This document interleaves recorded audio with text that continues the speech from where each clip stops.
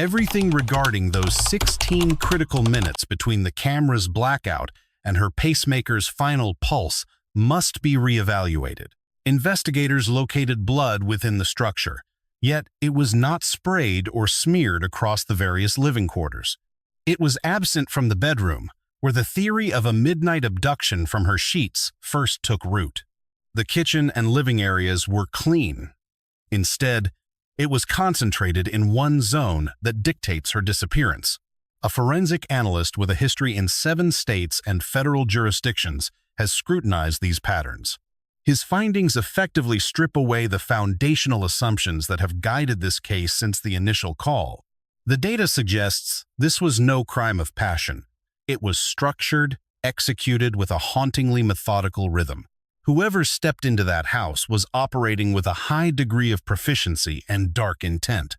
This report draws from verified public records, forensic insights, reporting by Ashley Banfield, and official law enforcement documentation. Every party remains innocent until a court rules otherwise. Certain segments reflect professional interpretations of evidence and possibilities. So, who exactly was Nancy Guthrie before she became a cold case file? Born June 24, 1941, Nancy Guthrie was a Tucson fixture who lived with steady, quiet independence. She was known to many as the mother of high-profile news anchor Savannah Guthrie. However, locals knew Nancy for her intellectual clarity, her autonomy, and her fiercely guarded sense of personal privacy. At 84, she resided alone in the Catalina foothills, navigating her own schedule and affairs with total self-reliance. Relatives insist her mind was ironclad. She never wandered. Then came the night of January 31st, 2026. Her son-in-law, Tommaso, escorted her home near 10 p.m. following a routine family event. She crossed her threshold, secured the lock, and retired. By the next dawn, she was simply gone. By 5:52 a.m. on February 1st, the silence from her end of the line became a red flag. They found a crime scene, blood on the porch, a neutralized camera, and images of a masked shadow. For weeks, the investigation obsessed over those exterior stains and the trail of droplets descending her front path. We analyzed what those marks implied, yet a critical piece of the puzzle was kept under strict seal. A single grim detail was withheld. The hemorrhaging didn't originate on the porch. It began within the house. Before we analyze how this forensic shift alters the entire profile of what happened to Nancy, if you intend to track every development in this investigation, ensure you stay tuned for our deep dive updates. We dissect the minutiae that shift the paradigm, the hard evidence and expert analysis that solve the unsolvable. Because the internal location of that blood doesn't just add to the story, it rewrites it entirely. Let's look at the facts. Since February 1st, 2026, a single haunting question has dominated our mission. What occurred within those walls? We have the subject approaching the lens at 1:47 a.m. The feed cuts. Then, at 2:12 a.m., motion sensors register a presence inside the house. By 2:28 a.m., her pacemaker transmits its final heartbeat. 16 minutes, that is the window of the tragedy. What was the point of origin? How was she moved? The working theory favored a scene of violence, an altercation in the sleeping quarters, a victim resisting, an assailant using overwhelming physical force. But the blood patterns reject the idea of chaos. Per investigative insights from reporter Ashley Banfield, sources deep within the task force confirm that blood was indeed present inside the Guthrie residence. It wasn't in the bedroom, nor was it found in the transit corridor from her sleeping area. There was no sign of a pursuit. It was localized in the front entryway, matching the external pattern perfectly. Those same perfectly vertical, gravity-fed droplets were mirrored exactly inside the home. The identical, undisturbed traits tell us the incident didn't travel. It began right there at the threshold. The trail crosses the front doorstep, tracing a path down the walkway before terminating exactly where a getaway vehicle would have sat idling. This fresh intelligence is hitting the public record for the first time, and it forces us to confront some uncomfortable realities. If the bedroom was the primary site of the assault, why is the crime scene there devoid of a single drop of blood? If her body was hauled through the residence, why isn't there a continuous smear from the sleeping quarters to the main exit? If a desperate fight occurred, why do these crimson droplets remain perfectly round and untouched by movement? Seeking clarity, investigators engaged Dr. Peter Valentine, the forensic department chair at the University of New Haven. Dr. Valentine's credentials as a bloodstain analyst have been validated in federal courtrooms across 7 separate states. His forensic deep dive into this evidence uncovered a reality that is as illuminating as it is bone-chilling. The fluid dynamics mapped inside and outside the residence reconstruct those 16 minutes that fractured a family forever.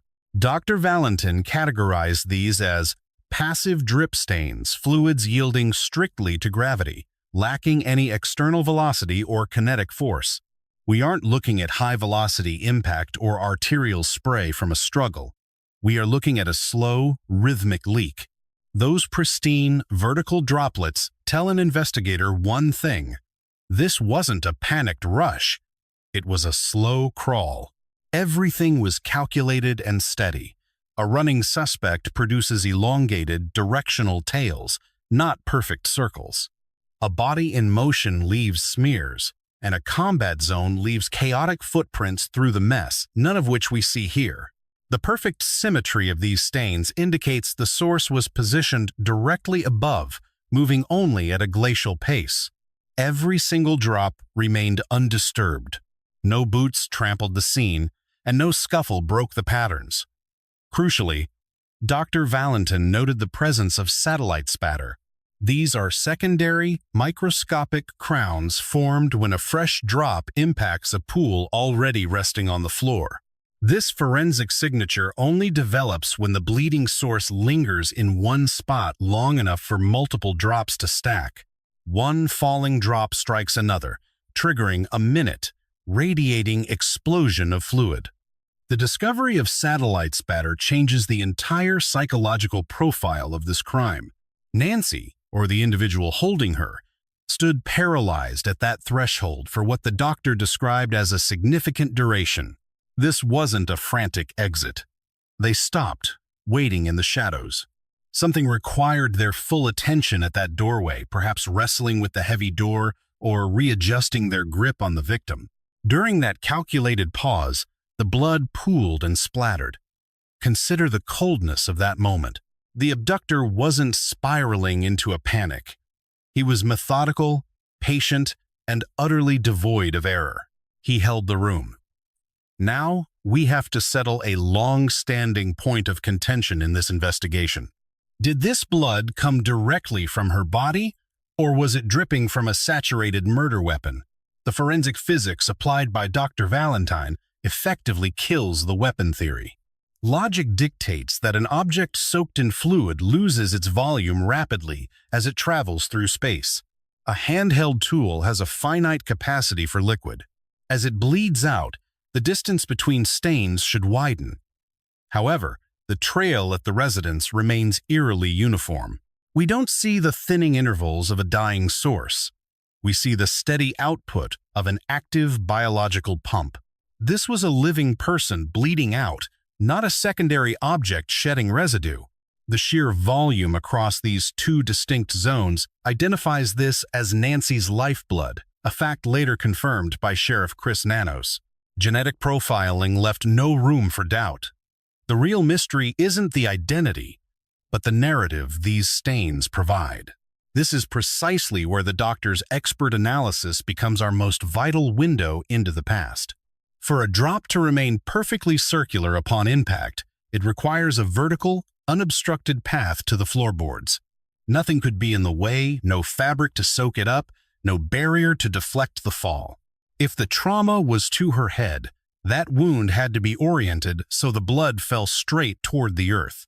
That geometry confirms the source was positioned directly over the impact point. If she were moving under her own power, her head would naturally be positioned over her feet, causing blood to fall vertically. Yet, the digital eye of the doorbell camera captured a masked shadow encroaching on the property.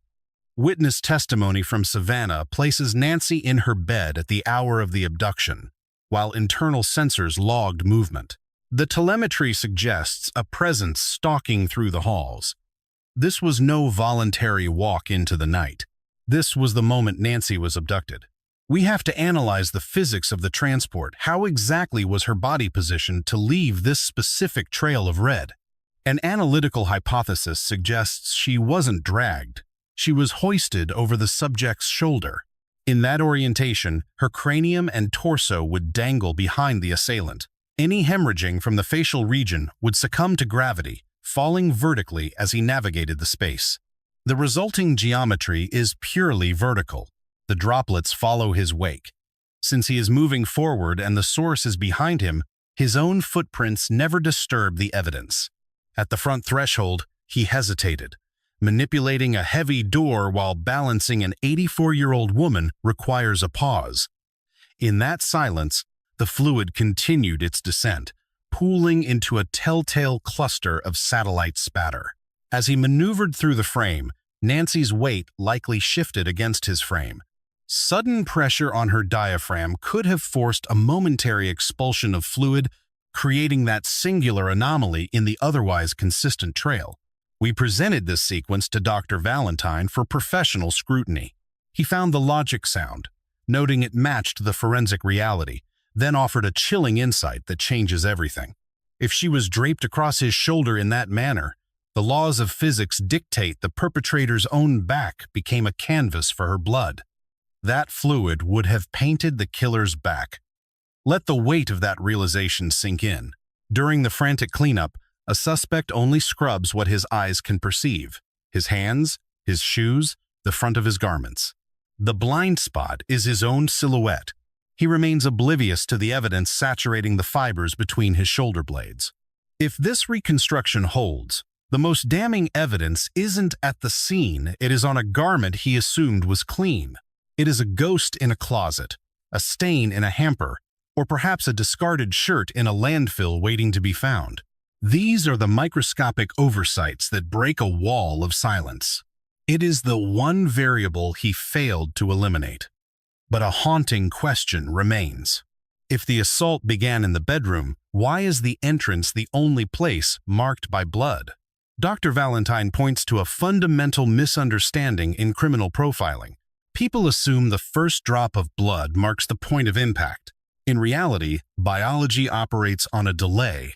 Fluid must accumulate, saturate the hair, and permeate layers of clothing before gravity can finally pull it to the floor. Think of a laceration on your own hand. There is often a window of seconds before the red appears. Internal trauma takes even longer to breach the surface. This suggests Nancy was struck in her private sanctuary, the bedroom. Her clothing acted as a temporary sponge, holding the evidence as she was carried through the residence. By the time they reached the exit, the saturation point was met, and the trail began. That delay paints a terrifying picture. It means she was subdued and moved through her own home in total, eerie cleanliness. Past the kitchen, down the hallway, not a single drop to mark her passage. The physical evidence only began to manifest at the very edge of her world. That degree of containment isn't luck. It's not the work of a panicked amateur or a random intruder. That is the signature of a disciplined predator. Records show that when the first responders arrived on the morning of February 1st, they treated it as a simple case of a missing person, a confused elderly woman who perhaps wandered into the desert night.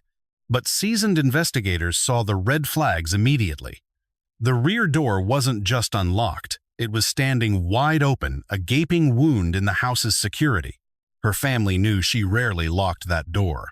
In the quiet safety of the Catalina foothills, residents live with a false sense of security. But unlocked is a choice. Wide open is an intrusion. An unlocked door requires a hand on the knob to reveal its vulnerability. A wide open door is a statement of departure or entry. Standing at the front entrance, the sight line went straight through the heart of the home to the backyard. That open threshold tells the story of his movement. He didn't break in. He walked in, knowing exactly which door would yield. He moved with purpose toward her bedroom, a ghost who knew the layout of his victim's life. The subject maintained physical dominance, suppressing any immediate hemorrhaging. He then transitioned the body through the interior toward the primary egress. Somewhere along that extraction path, the victim's wound reached a critical state, failing to contain the fluid. Gravity took over near the foyer. A pause occurred at the doorframe, a moment of tactical adjustment allowing a small pool to form. Shifting his weight, the intruder crossed the threshold and navigated the exterior path. The trail terminated precisely where a transport would have idled. This is where the victim was loaded. A shift in posture or a makeshift bandage staunched the flow. At that coordinate, she vanished into the night. This sequence is etched into the floorboards, speaking louder than any absent eyewitness or blind security camera. While these traces map out a chronological abduction, they whisper a deeper truth that the initial task force likely overlooked. Dr. Valentine raises a chilling professional axiom. Discovery is limited by the scope of your own expectations. Approaching a site with a flawed hypothesis ensures you remain blind to the reality staring you in the face. Did the technicians initially grasp the surgical precision of this kidnapping? Was the sleeping area scrutinized for the nuanced markers of forced compliance? Were planes analyzed for the microscopic transfer that occurs when transporting an 84-year-old female? Or did a bias toward overt brutality lead them to search only for signs of a struggle?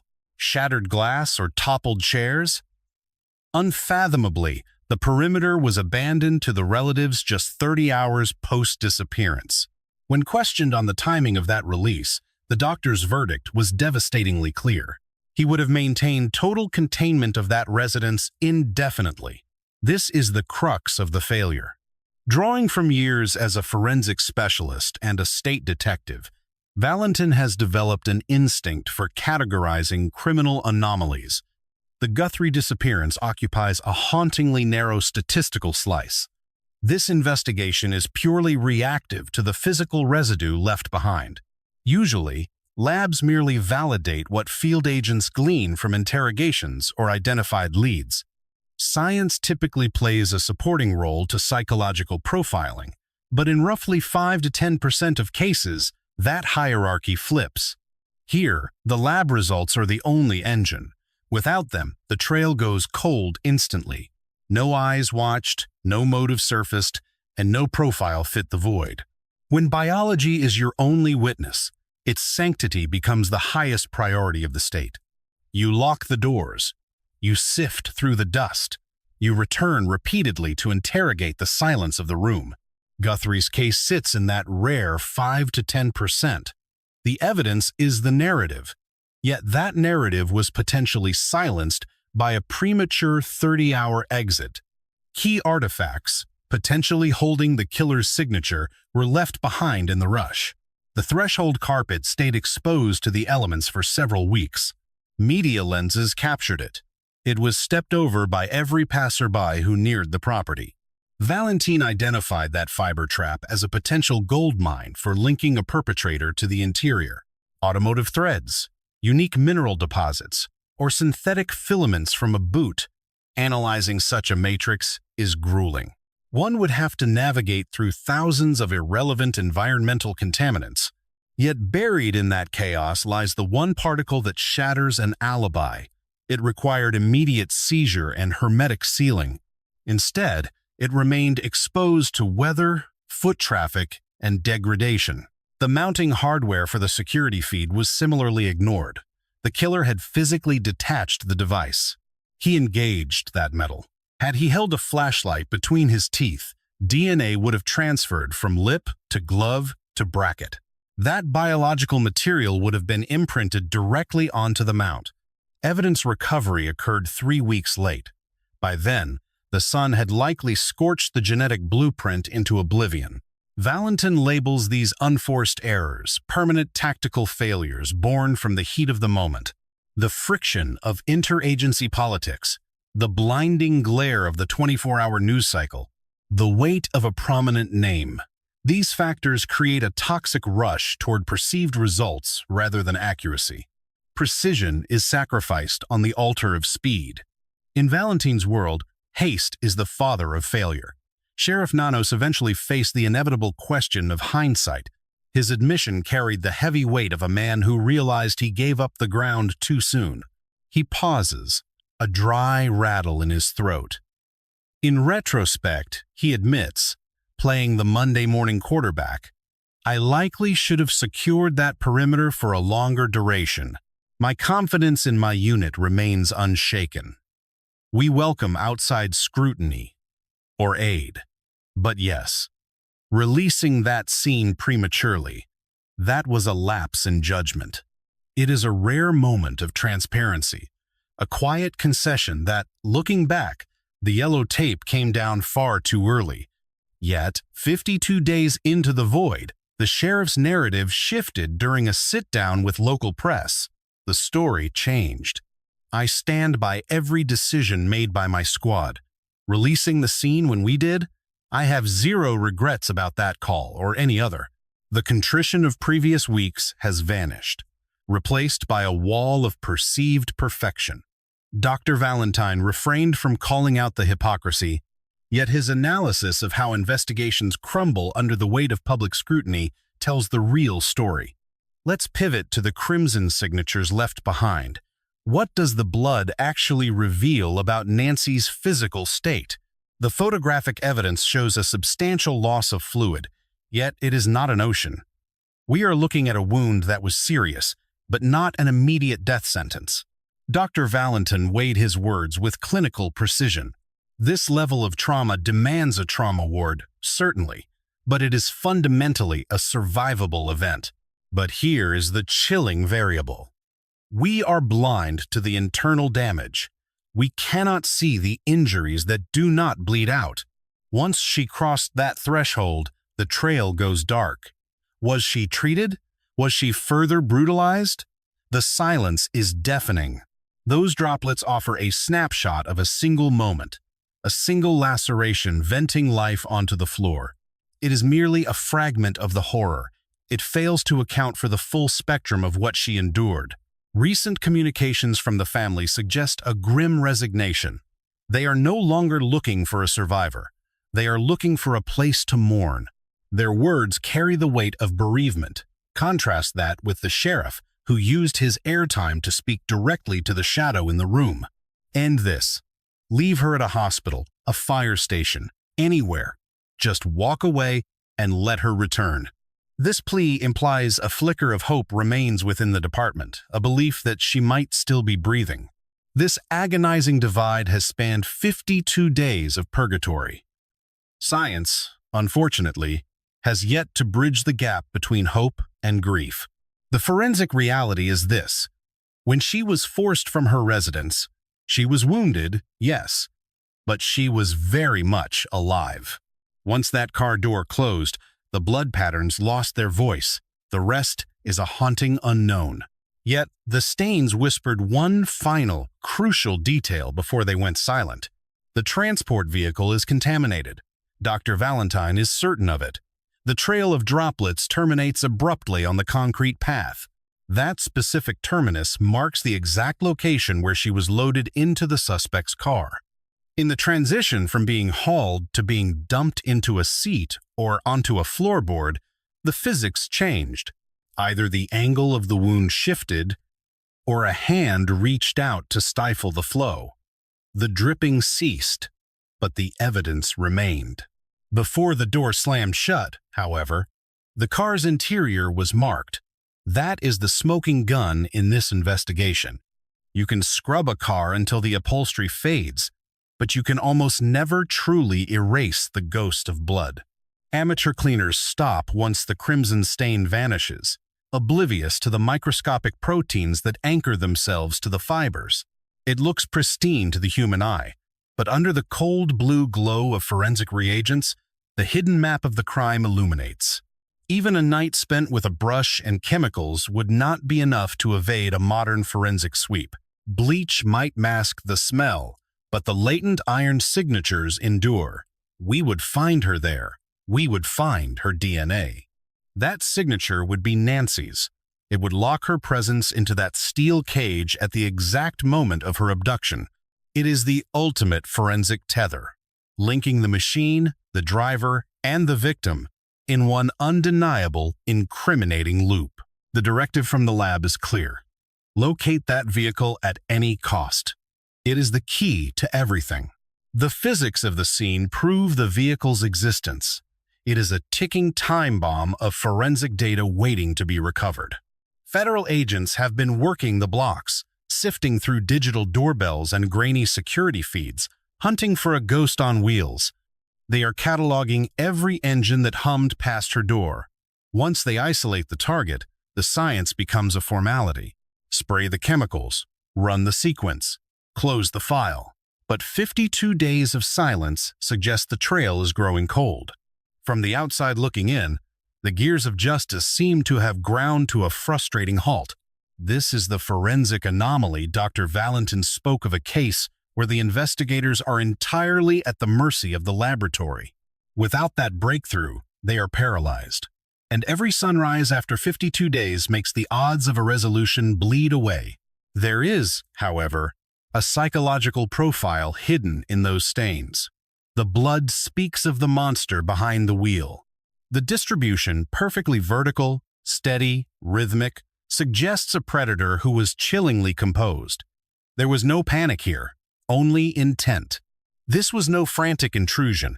He breached the perimeter via an unsecured back door and moved directly toward her sleeping quarters. He subdued her within that room using a method that left no immediate forensic trace of trauma. His departure was slow and rhythmic. The blood falling from her body formed perfect vertical circles, suggesting a chillingly deliberate pace. He lingered at the front exit for a significant duration, managing the door while a pool of her blood collected beneath him. He maintained that same icy composure across the walkway, eventually securing her into a vehicle at a pre-calculated extraction point. We are not dealing with a suspect acting on sudden impulse. This is a tactician who rehearses every variable. The masked shadow, recorded at 1:47 a.m., showed total situational awareness. He positioned his right shoulder toward the lens, keeping his face turned away in a practiced evasive maneuver. Rick Castagoger, a 46-year veteran of the sheriff's office, noted that the suspect clearly identified the camera's blind spots. That level of detail isn't discovered on the fly. It is the hallmark of advanced preparatory work. An intruder who knows the location of every lens didn't find that out during the hit. That intelligence is gathered during reconnaissance. If the January 11th date is correct, he began casing the house 3 weeks prior. He spent 21 days studying her life, eventually identifying the vulnerability of her unlocked rear entrance. 3 weeks to script the entry, the subjugation, and the exit. The forensic evidence inside merely validates the digital trail. This was a cold, calculated operation executed by someone who possessed total mastery over his actions. For 52 days, Nancy Guthrie's family has existed in a state of psychological suspension and agonizing uncertainty. They are haunted by the unknown, whether she survives, how much she suffered, or if the truth will ever surface. The discovery of blood at the front threshold adds a staggering new layer of trauma to their ordeal. It confirms the nightmare that she was violated in her own home, the one place where safety should be absolute. Savannah Guthrie describes a mother snatched from the sanctity of her bed in the heart of the night. The image of an 84-year-old woman being hunted in her own sanctuary is a scar on this investigation. The forensics confirm that dark reality. An intruder entered, navigated the halls, and moved through the house with her. He held her as she bled, carried her to the exit, and then vanished into the darkness. A reward exceeding $1.2 million has been posted, supported by an elite FBI task force. While local authorities continue their daily grind, 52 days have passed with the core questions left unanswered. The blood found inside the Guthrie residence has provided only a single grim clarification. We can now map the exact point where she began to bleed and the path taken to the street. The patterns prove she was carried as a dead weight, not walking. Yet, the location, the motive, and the identity remain elusive. Dr. Valentine observed that under such extreme public scrutiny, investigators often succumb to unforced errors. In this field, those mistakes have a tendency to ripple outward and compromise the entire mission. The choice to release the crime scene after only 30 hours remains a point of intense forensic debate. Failing to immediately process the doormat and camera hardware suggests speed was prioritized over a methodical search. These tactical lapses were likely fueled by the crushing pressure of a high-profile disappearance. The intersection of a famous family and relentless media attention may have fundamentally damaged the chain of evidence. 52 days later, we are witnessing the fallout of a forensic site that was processed too quickly. The investigation now appears to be paralyzed, stuck in a state of forensic inertia. Dr. Valentine's philosophy is that every house tells a story if you know how to listen. It is a narrative of routine, showing how a person lived and exactly where that rhythm was broken. You cannot detect the deviation until you have fully mapped the baseline of what is normal. That understanding only comes from a slow, surgical walkthrough of every single room in the structure. You must document the environment in its entirety, letting the scene speak without the interference of human bias. He likens it to a novel. Skipping chapters means you lose the essence of the characters and the plot. You lose the microscopic details that provide the only context for the violence that followed. An investigator must be guided solely by the evidence, resisting the urge to sprint toward a conclusion. In this case, did they look deep enough for the trace evidence of how she was controlled? Did the field office mistake calculated dominance for random disorder? Or did the ticking clock of public expectation force a tunnel vision that blinded them to the nuance of the scene? That remains an open question in our files. Yet, Dr. Valentine highlights a red flag. Surrendering the perimeter after only 30 hours indicates a timeline dictated by optics, not forensic integrity. When haste overrides protocol, the narrative fractures. Trace evidence vanishes, leads go cold, files remain perpetually open.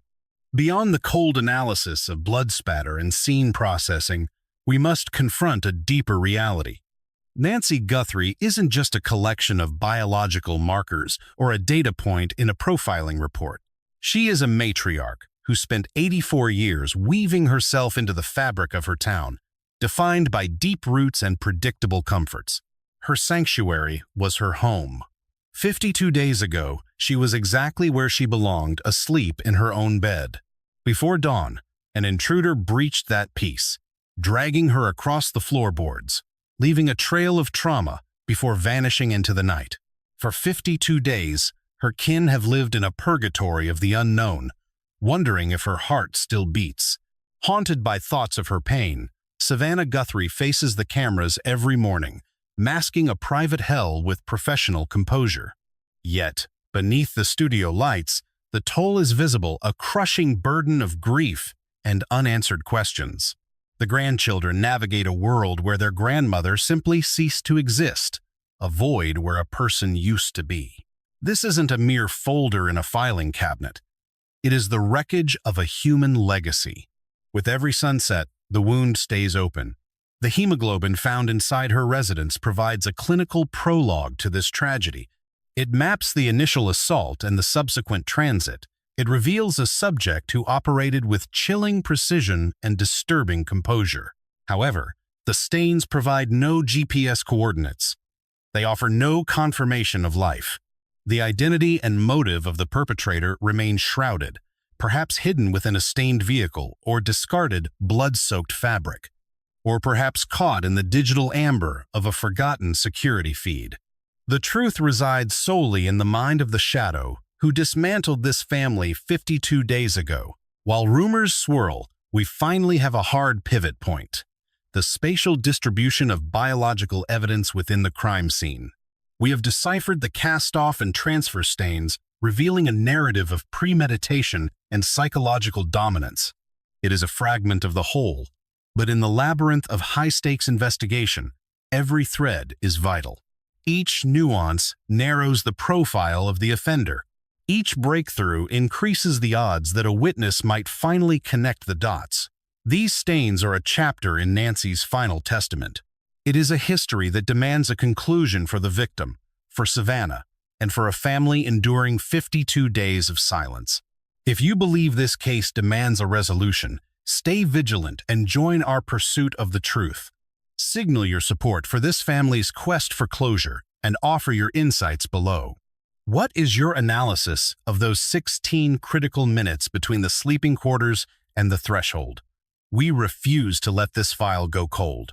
We insist on uncompromising forensic scrutiny for families who have been robbed of the truth. For Nancy, for ultimate accountability, 52 days. We have been hunting for the truth. 52 days since Nancy Guthrie was erased from her Tucson home on February 1st, 2026.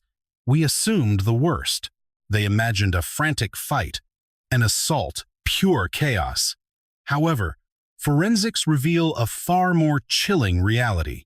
The crimson traces found inside the Guthrie household tell a story that defies profiling. It was not frantic brutality. It speaks of something much more calculated. Absolute control, cold precision, and a disturbing level of intentionality. Furthermore, the specific coordinates of that blood evidence force us to dismantle every existing theory we held.